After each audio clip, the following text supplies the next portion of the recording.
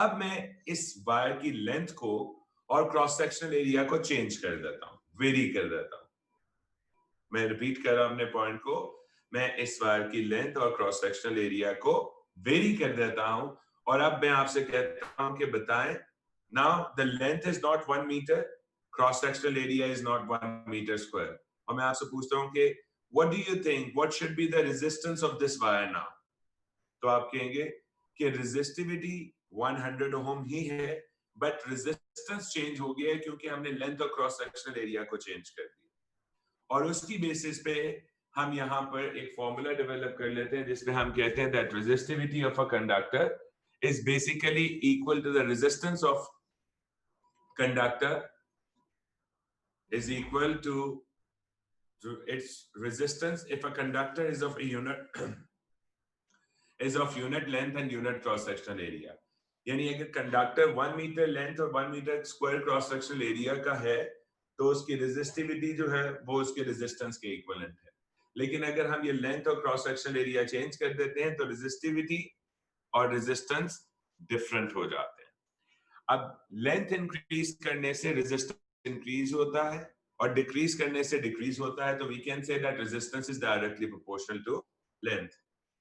ठीक है, and resistance is inversely proportional to cross sectional area. That means the more the cross sectional area, the lesser the resistance. The lesser the cross sectional area, the more the resistance. अब हमने last time ये formula develop किया था जिसमें हमने कहा था that resistance is equal to KL over A, where K is resistivity। तो मैंने आपको बता दिया था कि R is equal to rho L over A एक फॉर्मूला डेवलप हो सकता है। अब मैं आपको एक और पॉइंट लिख के दे रहा हूं which is very important point, and that is मैं इसको इस जगह पे लिख देता हूं।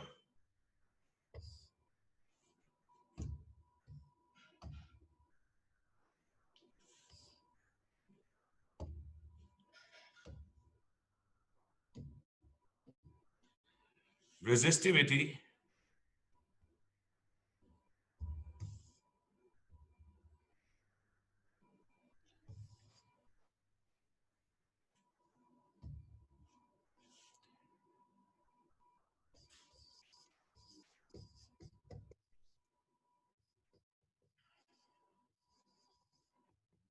is conductor specific। conductors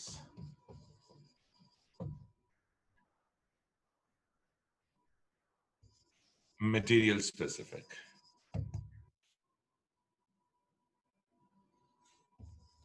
now what it means, for example, if I'm talking about a resistivity of a copper wire, resistivity of a copper wire जो है वो कॉपर की रेजिस्टिविटी बेसिकली होती है। और जैसे हम कह देते हैं कि आपने सुना होगा, आप given an example of density beforehand as well, तो जैसे आप लोग कहते हैं ना डेंसिटी जो होती है वो कांस्टेंट रहती है, तो वैसे ही अब हम लोग कहेंगे कि रेजिस्टिविटी भी मटेरियल के रेफरेंस से कांस्टेंट रहती है। अगर हम मटेरियल नहीं चेंज कर रहे तो इट मींस कि हम रेजिस्टिविटी को चेंज नहीं कर रहे। अब मैं आपको एक छोटा सा क्वेश्चन देता हूं और फिर मैं आपसे उसके ऊपर बात करता हूं नेक्स्ट पॉइंट पे। Example question,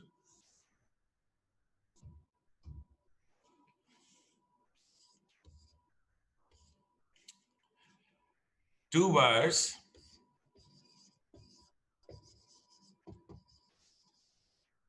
A and B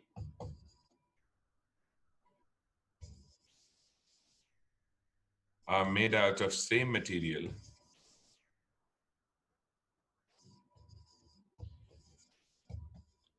same material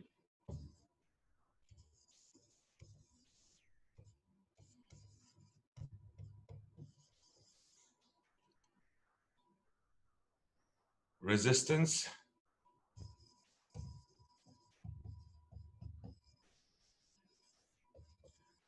of A is R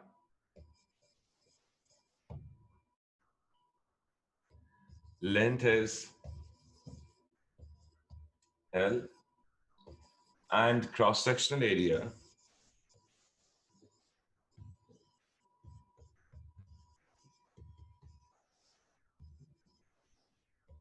is A.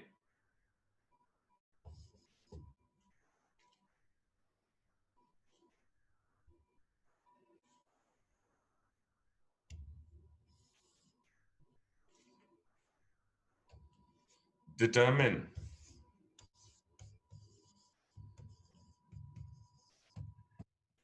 the resistance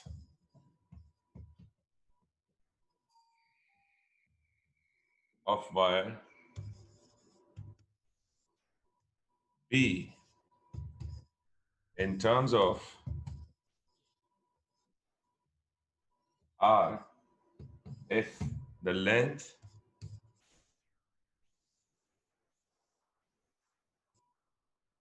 of B is twice and cross-sectional area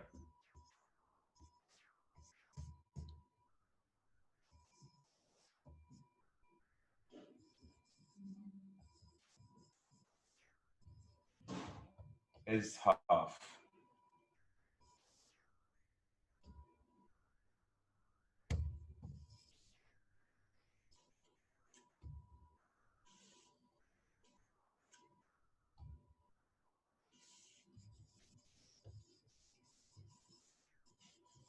As that of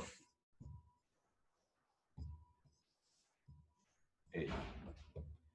बेटे मैं आपके पास यहाँ पे क्वेश्चन प्लीज जरा ऐसे गौर से देखें एंड पहले देखते हैं कि आप लोग खुद इसे सॉल्व कर पाते हैं या नहीं.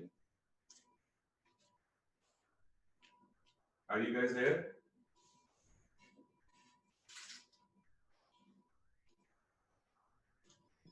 बेटे आप लोग इधर ही हैं? मेरी आवाज सुन सकते हैं ना? जी सर. Yes sir. ये क्वेश्चन सॉल्व करें. पहले आप लोग देखते हैं कि आप लोग खुद कैसे सोचते हैं इसे.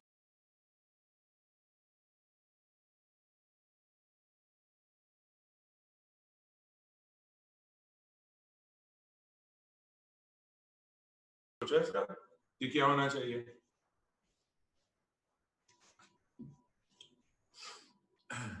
एक बात बताएं.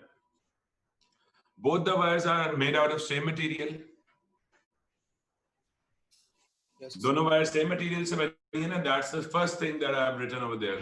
Two wires A and B are made out of same material. Sir resistance 4 होगी. ठीक. सर रेजिस्टेंस 4 होगी. 4. अभी चेक करते हैं. मुझे लग रहा है आपका आंसर ठीक है. Very good. अच्छा आप देखिएगा, दोनों वायर्स अगर सेम रेजिस्टेंस वायर से बनी है, मतलब सेम मटेरियल से बनी है, तो इसका मतलब क्या होगा हमारे पास?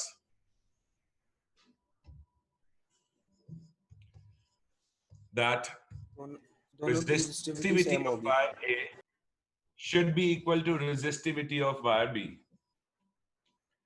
अब resistivity का फॉर्मूला हमारे पास होता है R A over L. That means कि हमारे पास R1 A1 L1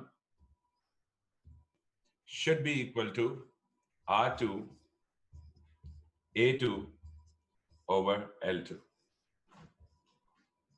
ठीक है. ये भी समझ नहीं क्या आपने किया है. R A over L.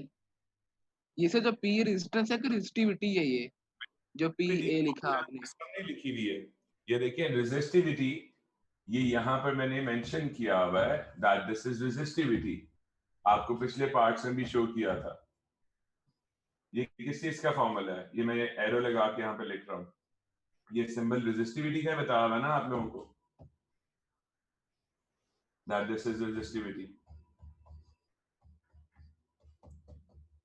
ठीक है. Okay sir. तो ये हमने रेजिस्टिविटी की बात की है कि ये दोनों क्योंकि हमारे पास सेम साइज में हैं कंडक्टर्स, सेम मटेरियल से बने हुए कंडक्टर्स हैं. So if they are made out of same material, it means that their resistivity should be same. अब जब their resistivity is same, तो हम कह सकते हैं दोनों की रेजिस्टिविटी इक्वल है। अब अगर आप देखिए R is equal to rho L over A, तो rho is equal to which means resistivity is equal to R A over L। अब मैं कंडक्टर A के रेजिस्टेंस को 1 कंसीडर कर रहा हूं, उसके एरिया को A1 कंसीडर कर रहा हूं यानी R1 A1 L1, और B के रेजिस्टेंस को R2 A2 and L2 I am considering that. अब अकॉर्डिंग टू दिस क्वेश्चन, जो इस क्वेश्चन में बात की गई है, उस क्वेश्चन के अकॉर्डिंगली हम यहाँ पे कह सकते हैं कि जो कंडक्टर ए था उसका रेजिस्टेंस उसने बताया था कि वो R है, एरिया उसने क्रॉस सेक्शन बताया था A है, लेंथ उसने बताया था L है, और उसने कहा था कि B का रेजिस्टेंस निकाले इन टर्म्स ऑफ R। अगर उसका एरिया है हाफ, यानी कि इसे हम 2 से डिवाइड कर लेंगे क्योंकि हमारे पास A का एरिया था A, तो उसका हाफ मतलब A/2, और लेंथ उसने बताया है कि अगर लेंथ है हमारे पास ट्वाइस, तो हमारे पास इधर ये आ जाता है। अब हम इसे सॉल्व करेंगे अगर, तो हमारे पास यहाँ पर क्या बन जाएगा, let's solve it over here, इसे इधर कंटिन्यू कर देते हैं। अब R2 R A over L is equal to R2 A 2 times 2L. So R A over L is equal to R2 A 4L. अब यहां से हम जो कैंसिल आउट कर सकते हैं, I'm gonna cancel them out. A is same on both sides, length is same on both sides. तो हमारे पास अब रेजिस्टेंस की वैल्यू क्या हो जाएगी फाइनली, R2, जैसे कि बताया था अभी एक बच्चे ने कि 4R के इक्विवेलेंट है। तो वेरी गुड बेटे, आपका आंसर ठीक था। तो अब मैंने पहले यहाँ वाला पर R कहाँ पे गया? जी बेटे, जो लेफ्ट साइड के ऊपर R है वो कहाँ पे गया? बेटे वो यहीं पे है, लेफ्ट साइड वाला R। सर लेकिन ये एक तो मैं तरफ R2 राइट, लिखा हुआ है, दूसरी तरफ 4R लिखा है मैंने, क्योंकि उसने आपसे कहा था कि आपने कंडक्टर B का रेजिस्टेंस बताना है in terms of conductor A। Conductor A का रेजिस्टेंस है 4R, तो इसका मतलब कंडक्टर B का रेजिस्टेंस होगा 4 times R। Is it clear? Yes. बेटे किसी को कंफ्यूजन हो, कोई प्रॉब्लम हो, प्लीज बताएं। सर बस इसका फॉर्मूला याद कर लेना हम रेजिस्टिविटी को, उसके अलावा तो कोई जरूरत नहीं ना चीज याद बेटे रखने ये क्वेश्चन आता है इस तरह जिस तरह मैंने अभी आपको दिखाया। की, जैसे मतलब फॉर्मूला याद रखना है बस हमने। नहीं, आपको खाली फॉर्मूला याद नहीं रखना है, आपको ये रिलेशनशिप याद रखना है, क्योंकि पेपर में वो रिलेशनशिप पूछा जाता है कि जी हमारे जी पास सर, वही लेंथ और आर का एरिया और आर का उसको यूज करना आना रिलेशन चाहिए बेसिकली सर, यूज करना आना चाहिए फॉर्मूला। यूज करना आना चाहिए, जैसे मैंने अभी आपको दिखाया। अब हम आ जाते हैं नेक्स्ट स्टेप के ऊपर। मैंने आपके साथ लास्ट टाइम रेजिस्टेंस की डेफिनेशन को डिस्कस किया था, फिर हमने ओमिक और नॉन ओमिक कंडक्टर्स को शो किया, फिर मैंने अब आपको रेजिस्टिविटी बताया। Now we are going to move on to conductors connected in series and parallel. So resistors connected in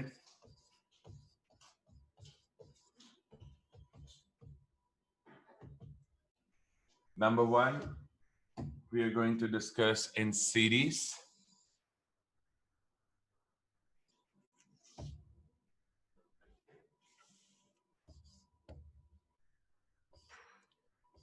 Series. When resistors are connected in series.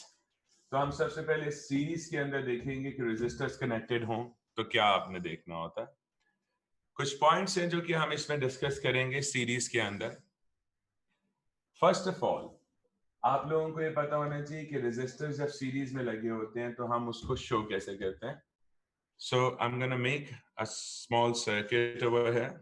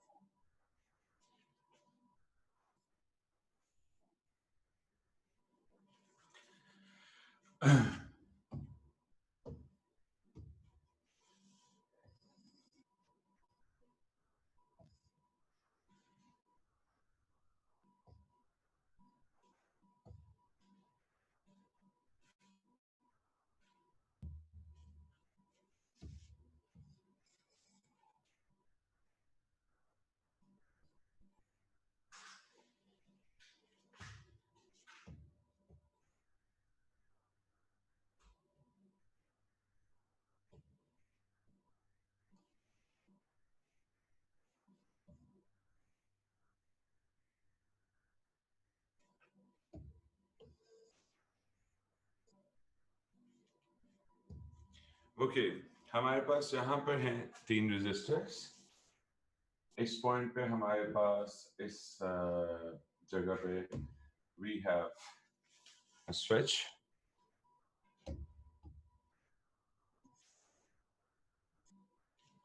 and over here we have a power source जो कि इस point पे मैं connected. ये मैं symbol जो आपको show कर रहा हूँ this is symbol for a battery, ठीक है, direct current power source battery. अब एज्यूम कर लेते हैं कि हमारे पास यहाँ पर जो यहाँ पे बैटरी कनेक्टेड है this is of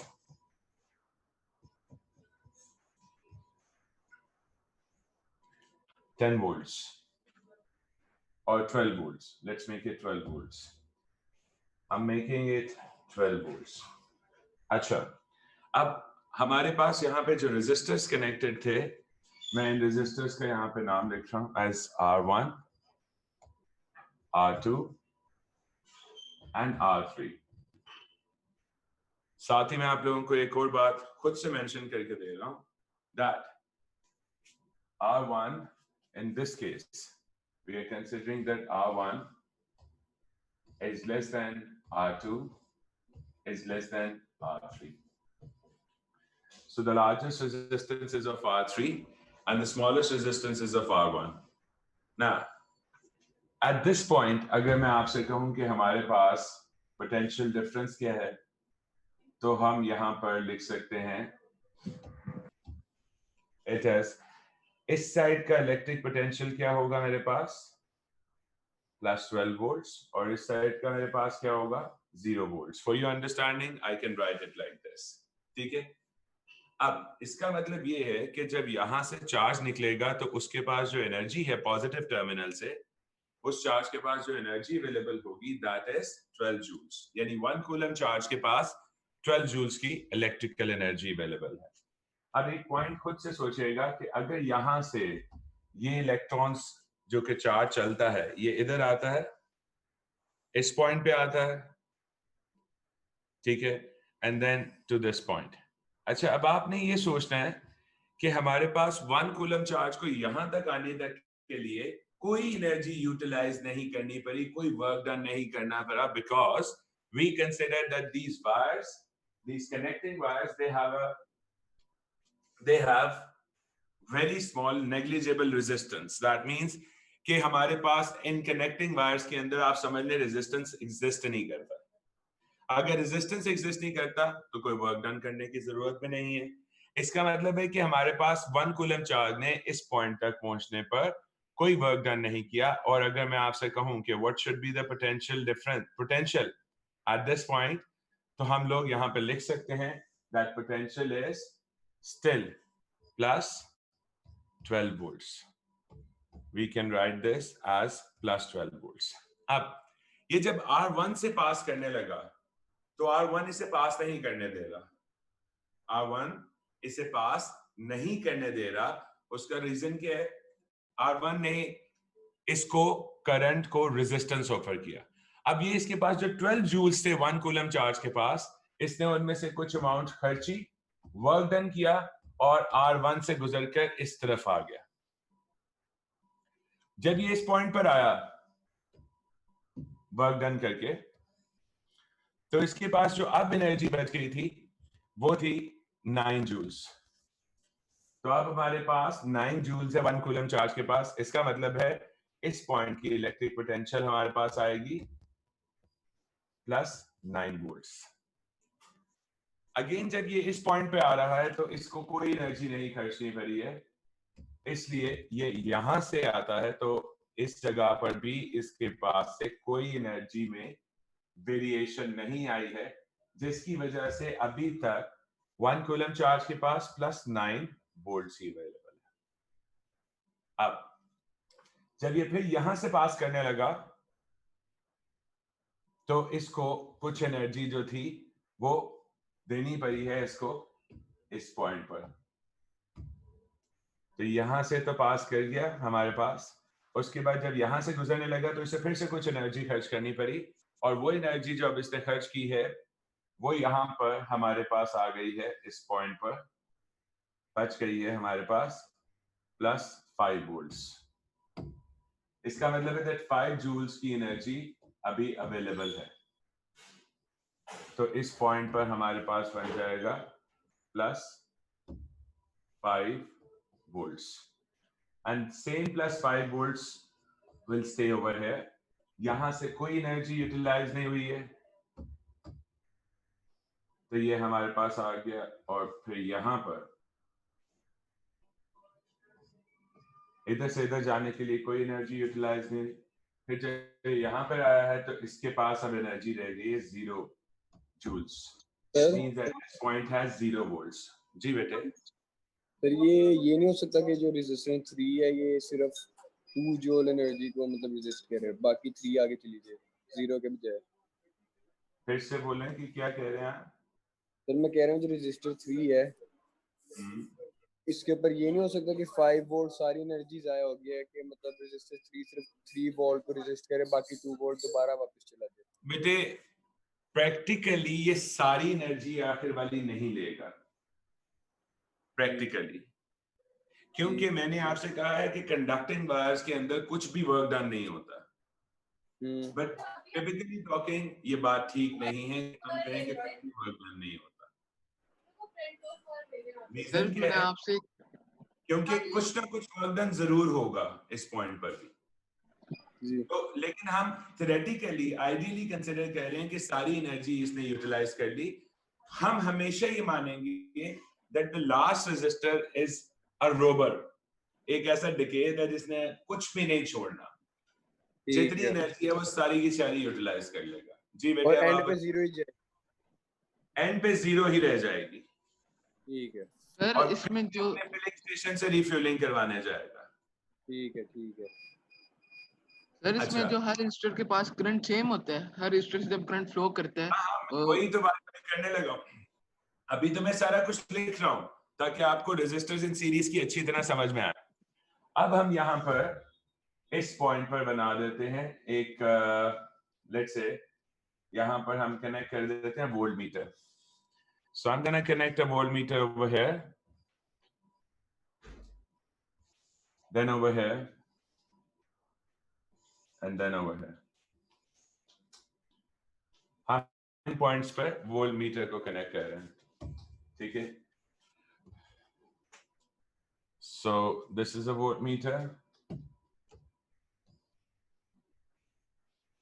Then we have a voltmeter over here. And then we have a voltmeter over here.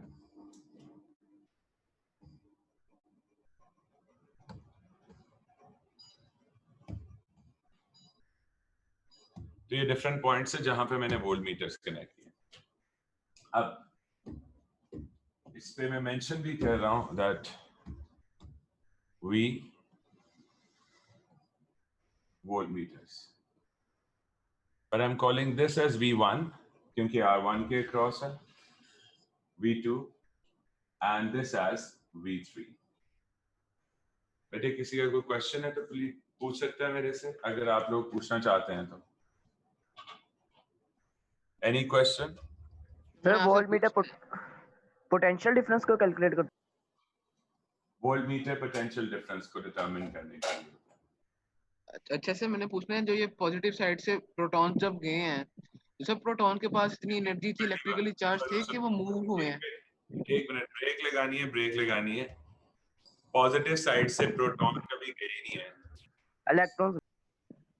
Electrons भी नहीं गए हैं, करंट गया है कि प्रोटॉन्स तो कभी मूव नहीं करते बेटे. It's held in attraction in the nucleus. They are held in strong attractive forces. Sir आपने कहा था पॉजिटिव साइड से प्रोटॉन्स जाते हैं, नेगेटिव साइड से इलेक्ट्रॉन.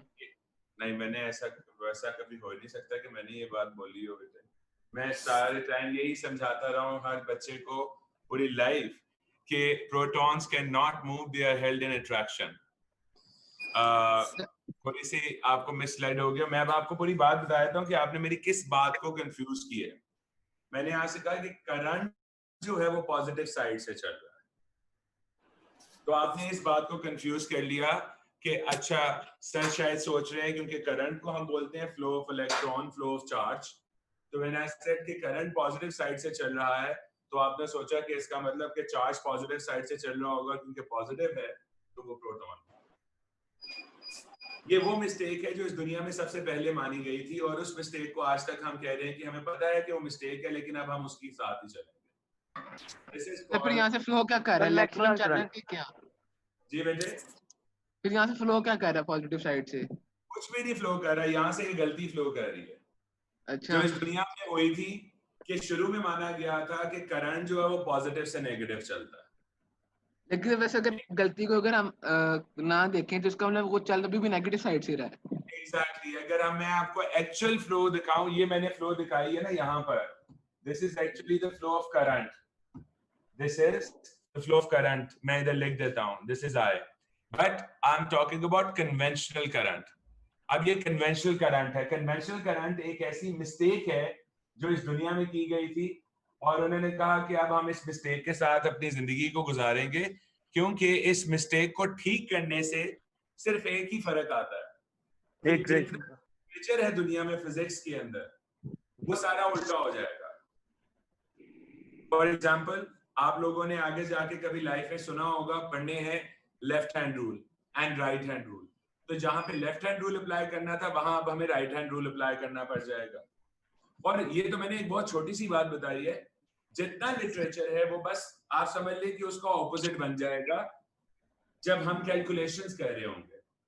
तो हमने सोचा कि इस लिटरेचर को बदलने की बजाय जो गलती हम करते थे वो करते रहते हैं, लेकिन लोगों को बता देते हैं कि ये गलती थी. Conventional current, the actual current is the flow of electron which is against the direction of the conventional current, and I'm making it over here. This is the direction of actual current which moves from negative terminal. It goes like this. जब आप A level में आएंगे ना, तो आप लोगों को तब असलियत बताएंगे. ये जो मेरी पोटेंशियल की थोड़ी सी बात अभी हाइड कर रहा हूँ कि आप लोग कंफ्यूज ना हो जाए. ओके सर, ठीक. तो ये उस पॉइंट के लिए. लेकिन हाँ, ये बात आपको पता होनी चाहिए कि when we talk about current, तो current is actually flow of electron, and the flow of electron is always against the flow of conventional current, which is a mistake. पहले से ही बता रहा हूँ, वो एक मिस्टेक है. ये मैंने जो रेड वाली आपको बाउंड्री बना के दे रहा हूँ, this is actually the direction of electron flow, and it's always against the direction of current. Is it clear? अब आ जाते हैं उसी पॉइंट से वापस. आइंदा आपने कभी कुछ पॉइंट्स बोल रहा हूं, कभी भी इन पॉइंट्स को कंफ्यूज नहीं करना. ये पॉइंट्स मेरे पास क्या है, आपने सबसे पहले एक बात याद रखनी है कि कभी ये जिंदगी में मत बोलना कि potential difference is passing through a resistor. मैं हमेशा ये चीज नोटिस करता आया हूं कि बच्चे करंट और potential difference, I have tried to differentiate between EMF, potential difference and current a lot. तो आइंदा कभी कुछ ऐसे पॉइंट्स हैं जिनके बारे में आपने बहुत सोच समझ के बोलना है. Never say that potential difference is passing through, because potential difference is always across an electrical component, and potential difference is the energy that is supplied to 1 coulomb charge in the form of electrical energy, which that 1 coulomb charge uses, do work, and convert it into non-electrical energy to pass through 2 points in a circuit, or to pass through an electrical component, for example a resistor. तो मेरे पास, जैसे अभी मैंने आपको बताया है कि इस पॉइंट पे जब ये आया था हमारे पास, मैं इसको मार्क कर रहा हूं इन पॉइंट्स को. हरून, आपने कुछ पूछना है बेटे? सॉरी ये आपका आज रेज हैंड वाला ऑप्शन इसके पीछे हिडन हो गया हुआ था, मैंने देखा नहीं। जी Harun, you want to ask something?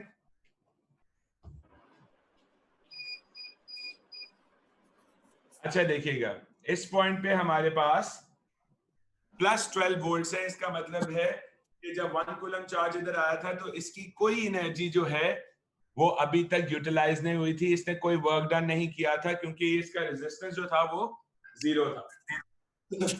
उसके बाद ये दूसरी तरफ आया तो हमारे पास इसके पास 9 जूल्स बच गए। तो what is the difference in the electric potential? एक तरफ की इलेक्ट्रिक पोटेंशियल है +12, दूसरी तरफ की इलेक्ट्रिक पोटेंशियल है +9। तो इसका 3 है मतलब इस माइनस पॉइंट पर हमारे पास पोटेंशियल एनर्जी, इसके बाद पोटेंशियल डिफरेंस क्या है? 12 minus 9, it's 3 volts. It means it is 3 volts. अब इस पॉइंट पे आ जाते हैं, इस पॉइंट पे 9 minus 5 it is 4 volts. अब इस पॉइंट पे आ जाते हैं, 5 minus 0 it is 5 volts. जी हरुण, हरुण, अच्छा अब देखें हमारे पास जो पोटेंशियल डिफरेंस है वो डिफरेंट आ रहा है अक्रॉस डिफरेंट रेजिस्टर। आप अगर इस बात को नोटिस करें तो मैंने आपको पहले से ही बताया था कि रेजिस्टेंस जो है वो सबसे कम R1 का है, फिर R2 का और फिर R3 का है। ठीक है, इसका मतलब ये हुआ कि जिसका रेजिस्टेंस सबसे कम है उसके अंदर से 1 कूलम चार्ज पास करने के लिए जो वर्क डन कर रहा है और इलेक्ट्रिकल एनर्जी को नॉन इलेक्ट्रिकल में कन्वर्ट कर रहा है वो सबसे कम भी उधर ही है। आप देख सकते हो कि R1 का रेजिस्टेंस सबसे कम था, R1 के क्रॉस पोटेंशियल डिफरेंस जो है वो 3 वोल्ट है। इसका मतलब है कि इसमें से 1 कूलम चार्ज को मूव करने के लिए सिर्फ 3 जूल्स की इलेक्ट्रिकल एनर्जी नॉन इलेक्ट्रिकल में कन्वर्ट हुई और वर्क डन हुआ, जिससे ये this charge can be driven through R1.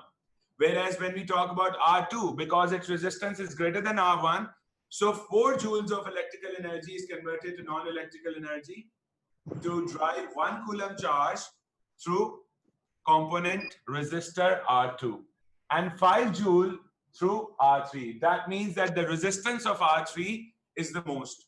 Now in series, how are you going to identify that resistors are connected in series?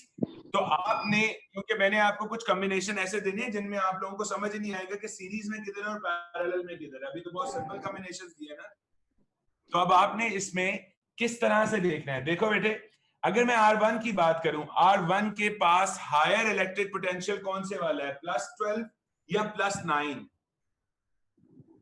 +12। अच्छा, और R2 की बात करें तो R2 का हायर इलेक्ट्रिक पोटेंशियल क्या है, +9 या +5? +9। अच्छा, अब अगर हमारे पास दो रेजिस्टर्स ऐसे कनेक्टेड हों कि एक का हायर पोटेंशियल दूसरे के लोअर इलेक्ट्रिक पोटेंशियल से कनेक्ट हो रहा है, so we will call that they are connected in series. अब यहां पर मैं क्या बात कर रहा हूं, यू मस्ट बी थिंकिंग, मैं यहां पर मार्क कर देता हूं। देखिए बच्चों, अगर मैं इसके हायर पोटेंशियल को देखूं, इट्स हायर पोटेंशियल, ये R1 का लोअर पोटेंशियल है जो R2 के हायर पोटेंशियल से कनेक्ट हो रहा है। अब यहां पे मैं आपको शो कह रहा हूं, R2 का ये हायर पोटेंशियल है। ठीक है, आपने ये पॉइंट याद रखना है when we talk about this कि अगर एक का हायर पोटेंशियल, एक रेजिस्टर का हायर इलेक्ट्रिक पोटेंशियल दूसरे रेजिस्टर के लोअर इलेक्ट्रिक पोटेंशियल से कनेक्ट हो रहा हो तो वो सीरीज में होता है। इसका मतलब है that they are in series.